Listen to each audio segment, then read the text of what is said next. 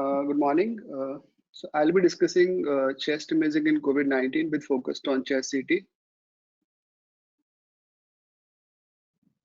In the early days of pandemic, when the RT-PCR testing was not widely available, CT scan was used extensively for the diagnosis of COVID-19, and that led to the development of various structured radiological reporting formats such as CORADS and the COVID rates. But since then, the role of CT has evolved, and now more and more countries are using CT scan for specific clinical indication, and it is also playing an important part in clinical decision making.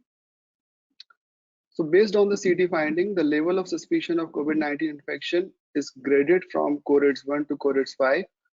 CORADS category 1 when the CT findings are normal or it shows non-infectious abnormality, and 5 when the CT findings are typical of COVID-19 infection. Before I come to the indication, I would like to discuss certain non-indication of CT where the CT is not recommended. Various international societies, including the Flexner Society, have recommended against the use of routine imaging, particularly CT, as a first-line diagnostic test. Maybe because as high as 46% of the asymptomatic patient and 10.6% of the symptomatic patient may shows a normal CT scan. Another problem with using CT scan as a diagnostic tool is that it may lead to the false sense of security if the results are negative, and that person may transmit the disease to the other persons. CT scan is not recommended in asymptomatic RT-PCR positive patient with mild symptom who do not have any risk factor. It should not be done just because the patient or his relatives wants or demand a CT scan to check the status of the lung for peace of their mind. The indications are few. It should be done when the patient is symptomatic, the symptoms are worsening, and on the CT scan as opposed to radiograph, the findings make a difference to the management.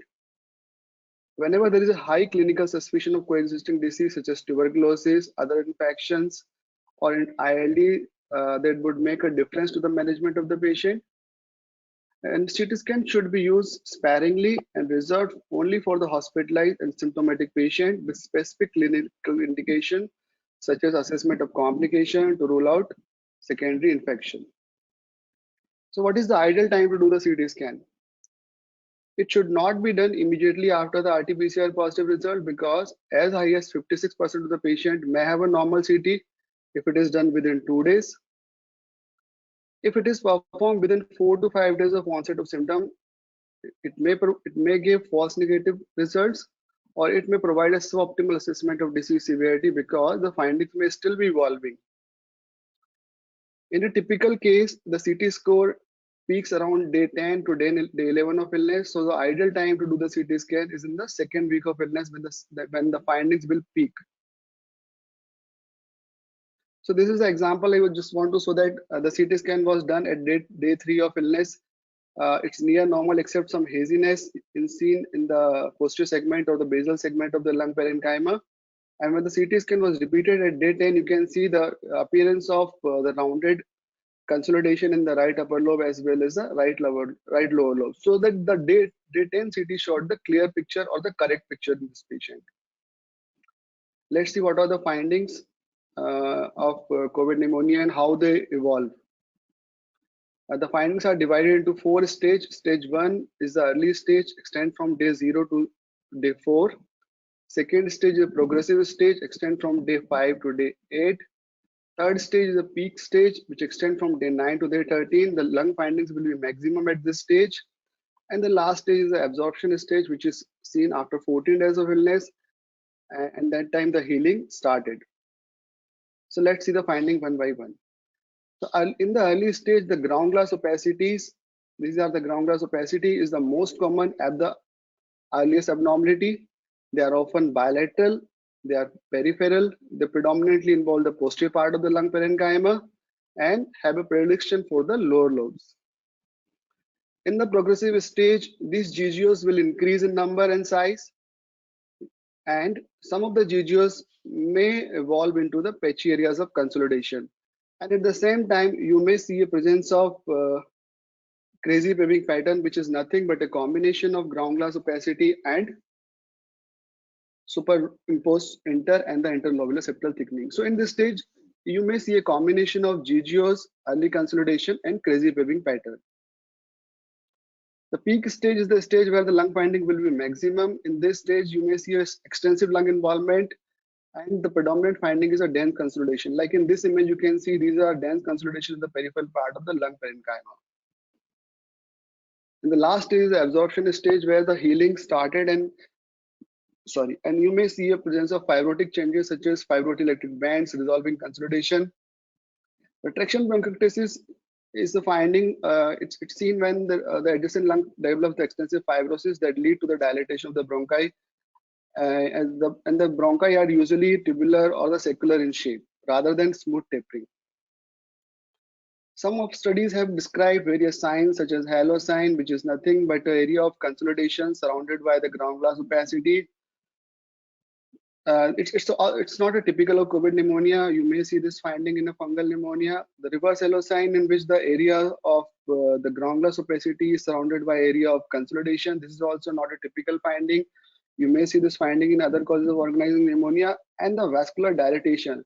Initially, this was touted as the specific sign for COVID pneumonia, but now we know that it's seen in other kind of pneumonia as well. It's nothing but the dilatation of the segmental branch of the pulmonary artery in the disease segment.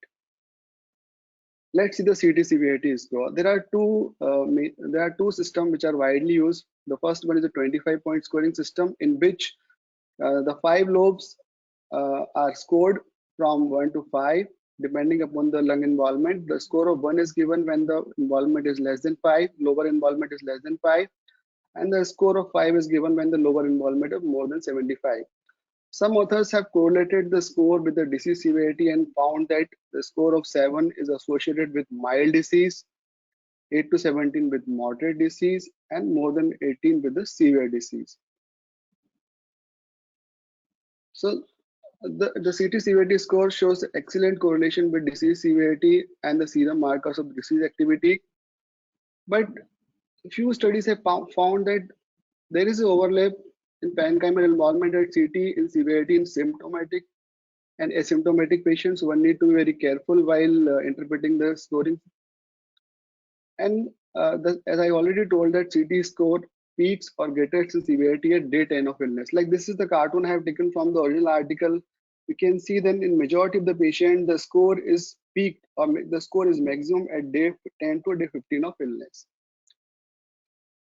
But not everything, and the score of 18 is associated with worse outcome. But not everything is good with the CT severity score. Like I just like to say in this example, this is the CT scan of the same patient done at day 5 and day 25 illness. At day 5, the patient was in ICU. You can see there are ground glass opacities with consolidation in the both lungs. And on day 5, the fibrosis develops. The patient has presence of traction bronchiectasis. Both the time the score is same. So I would like to say that the CT score is a cumulative score. It does not take into account the underlying lung abnormality. If the patient has fibrosis, if the patient has consolidation, the score may be the same. So one need to look the underlying lung abnormality in addition to the CT severity score. Another is a 40-point scoring system. This system is a bit complex system. Though the sensitivity is high, but the inter-observer variability is less in this system. Like in this 40-point scoring system, the 18 segment of the lungs are divided into 20 regions, and they are scored from 0 to 2. The score of 0 is given when there is no lung involvement, and 2 when more than 50% of lung is involved. They have also found that the score of less than 19.5 could rule out the severe and the critical form of disease with a high NP negative predictive value of 96.3%. Let's see how the CT findings correlate with disease severity. In a study of 572 patients, the authors have found that presence of lung involvement of more than 70% is found in around 70% of the patient who developed a severe disease in comparison to the patient with a mild involvement. In another similar study of 130 patients, the authors have concluded that CT score was significantly higher in critical and severe disease than in mild disease. And they have also concluded that the score of 18 is highly predictive of the patient's mortality in the short-term follow-up. Let's discuss few complications. ARDS, though it's a clinical diagnosis, imaging may play a supportive role here. This is a CT image of a typical ARDS patient. You can see the dense consolidation in the both the lower lobe with a ventral to dorsal gradient, which means the ventral part of the lung is relatively less involved in compared to the dorsal part. The pulmonary embolism. There is a definite increased risk of pulmonary thromboembolism in hospitalized patient. And one would think that more and more patients require the CT pulmonary angiography, but this is not the case, because in the majority of the patient, the thrombi are located into the segmental and subsegmental branches, and the patient who required uh, a CT pulmonary angiography are often very sick. They may not be able to hold the breath for adequate amount of time, uh, and so that CT images will not be very good. So the CT pulmonary angiography should be reserved for the specialized clinical indication. Superimposed infection is another important cause of mortality, especially the patient who are admitted in the ICU. You can see in this patient, the first CT shows ground glass opacity with small areas of consolidation, but in the second CT, you can see there is a new appearance of cavitating lesions. The area of consolidation has increased. So this cavitating lesions shows the secondary infection, most likely some kind of fungal infection. The cardiac injury is an independent risk factor for in-hospital mortality, though the CT is not a modality to diagnose the cardiac injury. But if one see a presence of pericardial effusion or a newly developed pericardial effusion in a severely sick patient, one should always think of uh, underlying cardiac injury, most likely myocarditis. When to suspect alternative diagnosis?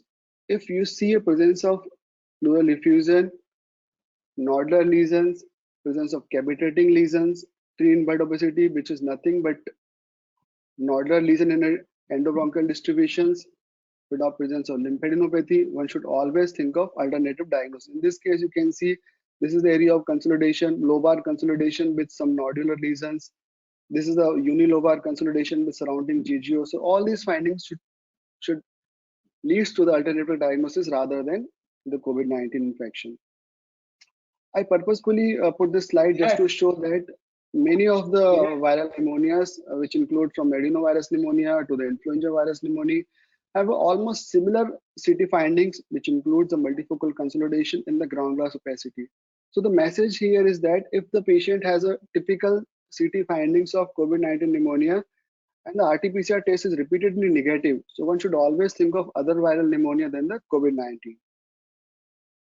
Before I conclude my talk, I would like to discuss one clinical scenario which is often seen nowadays. A young patient who presented with a cough and fever for 2 days. He tested positive by RT-PCR on day 2, underwent CT scan on day 3. At that time, the CT severity score was 5. He continued to have cough and the intensity of fever is mildly increased on day 8, but the SpO2 was normal throughout the course of illness. The repeat CT was done on day 11, and that time the CT severity score was 11. So there are certain questions which needs to be answered here. Was CT scan required in this case? I think the answer is no, because the patient has a mild symptom, the oxygen saturation is normal. Was hospitalization required only on the basis of CT severity score? The answer is still no, because one may argue that the CT severity score has doubled from 5 to 11 in a span of 8 days. But I would say that this is not a disease progression in majority of the cases, rather it's a disease evolution. We have already seen that the CT score peaks around day 10 or day 11 of illness. So the CT which was done at day 11 showed the correct picture and the correct CT severity score. But at that time also the patient had a mild symptom and the SpO2 is normal. And the last question is, does follow-up CT scan needed after the patient becomes asymptomatic? The answer is no, because none of the guidelines have recommended the use of CT scan as a follow-up, and the experience from the SARS told us that in majority of the patient, the CT finding may resolve completely or near completely within a span of 3 to 6 months. So in conclusion, CT scan is not indicated in asymptomatic and mildly symptomatic patient without risk factor. A normal CT scan does not rule out COVID-19 infection. The CT score typically peaks in second week of illness around day 10. And those CT scan correlate excellently with the disease severity, but it should not be the only criteria for the clinical decision making. One should also look for the underlying lung abnormality, whether the predominant finding is a consolidation. Those patients may require aggressive therapy or the fibrosis. And one should also look at the clinical picture and the various laboratory parameters. Thank you.